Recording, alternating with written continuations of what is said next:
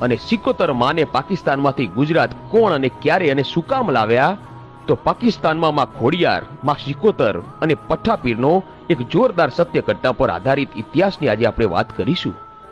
મિત્રો, ઘણા વર્ષો પહેલાની આ વાત છે.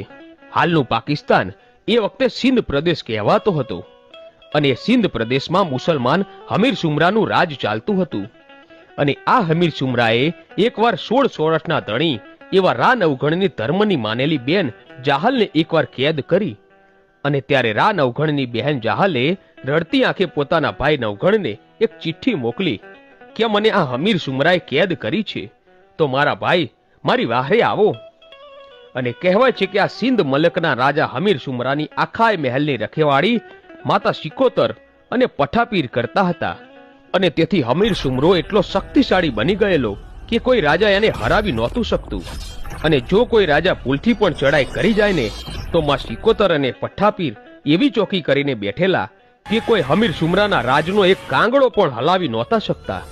અને ગમે તેવો રાજા હારીને પાછો ફરતો.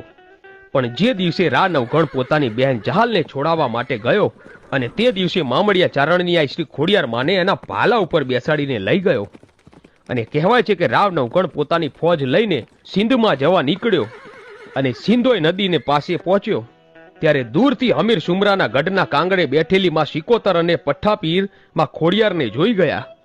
ત્યારે માં સિકોતર કહે છે કે હે પઠ્ઠાપીર, અત્યાર સુધી જેટલા રાજા મહારાજાઓ સિંધમાં ચડાઈ કરીને આવ્યા એમાંથી એકે રાજાને જીતવા નથી દીધા, પણ આજે જે જૂનાગઢનો ધણી એની બહેનને છોડાવવા માટે આવી રહ્યો છે એના ભાલે 9 લાખ લોબડિયાળીઓ સાક્ષાતમાં ભગવતી ખોડિયાર બેઠા છે. અને હે પઠ્ઠાપીર, જેમ માણસ માણસનો સગો હોય ને, એમ દેવ દેવનો સગો હોય.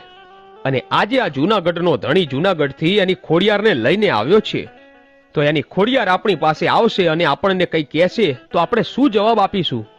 અને આમ સિકોતર અને પઠ્ઠાપીર વાતો કરી રહ્યા હોય છે. અને આ બાજુ સામે સિંધોઈ નદીને કાંઠે રા નવઘણે પોતાનો પડાવ નાખ્યો